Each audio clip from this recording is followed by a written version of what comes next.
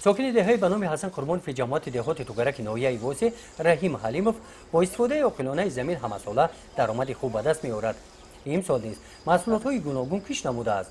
حاصل پامیدار پخته رسیده را جمع‌آوری نموده هر پگاهی به بازار میبرد. حاصل این روز جمع‌آوری شده را به بازار ناحیه واسه میبرند. بعد سازی کشتی تکراری پامیدور گذراندیم. اینا کلانفری بالگاری 3000 نیولی پامادر 3000 نیولی بالگاری گذراندیم. نش نمایش شده. زمین خیلی بعد کشتی تکراری جفت میکنیم. تازه میکنیم. واسه خرا سری وقت آوا سری وقت میتیم. خیلی شیدن میگیره. درآمد این همی مردک 1 هکتار گندم میکنه. همون 1 هکتار گندم هم میروم راسخود میکنه 2000 سوم راسخود میکنه هم 2000 سوم گندم میگیره. پریبل نمیمونه.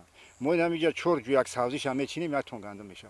کیو 4 جو یک سازی نیم ارزش 1 تن گندم. ارزش 1 تن گندم. نیم سوتی زمین تشکیل نمیکنه. رحیم حلیموف دهقان است اما زمین ندارد. این زمین هایی که او استفاده می نماید 3 سال پیش پر از خور بوده بکار خوابیده بودند. رحیم که شغل پسندیده‌اش دهقانی بود و آرزوی صاحب زمین شدن را میکرد این زمین را به اجاره گرفت. خار و خس زمین را تازه کرده کشت کرد. سال اول مساحت 50 سوتیق، سال دوم مساحت 2 هکتار و سال سوم 2.5 هکتار زمین بکار خوابیده را به زمین کشت تبدیل داد. از این زمین ها رحیم همساله 2 و 3 حاصل میگیرد. از حاصل کشت تکراری درآمدی سوخت به دست میآورد.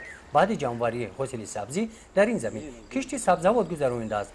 انا این قطعه زمین را برای کشت کرم تیار کرده است. پرورده کرم وقتی کوچونیده نرسیده است. ما هم سر روز میشویم همین دویده سری زمین میم برای که امروز روزی مورا خداوند همین سری زمین آفریده است میم ما همین رسمونا میویم شکرانه کرده میویم میخرونه میپشونه رنگ گلک مایده تربیت میکنی چهل گلک مایده را کلان میکنی همینم کلان میکنی میخرونی میپشونی علفش هم میشین داروش هم میتی سری وقت آوش هم میتی نگاه و بینش میکنی خیلی نگاه و بین که کدی روز خروجی تمیوی سوزوندیشو بیاو موندیشو نگاه و بینش نکردی همون خونه خوجگی 1 سال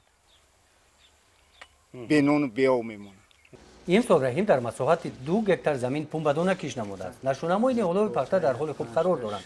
هر یک نهال پخته تا امروز از 10 کورک زیاد حاصل دارد. نشونمای نهال‌های پخته خشروان از سال‌های گذشته این سال خیلی نشونما خشروای خیر راست گپ تخمی فلورا گفتنی تخم آوردیم استحصال امریکا بوده رفتیم ای کلوب آوردیم همین تخم کوریدیم خیلی تخمی خوب نشونماش هم خشرو حاصلش هم خیلی پیشش تو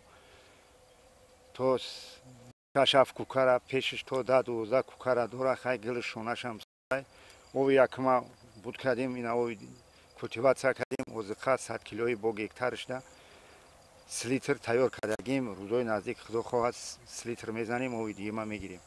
ای زمینای ما اگر نزمینت کنی تو 32-35 سانتی حاصل میگیریم. رحیم حلیموف زمین را دوست می‌دارد. هر یک وجبی آن را ثمرانه استفاده می‌نماید. آرزوی او همین است که صاحب زمین گشته خوجگی دهقانی خود را تشکیل نماید.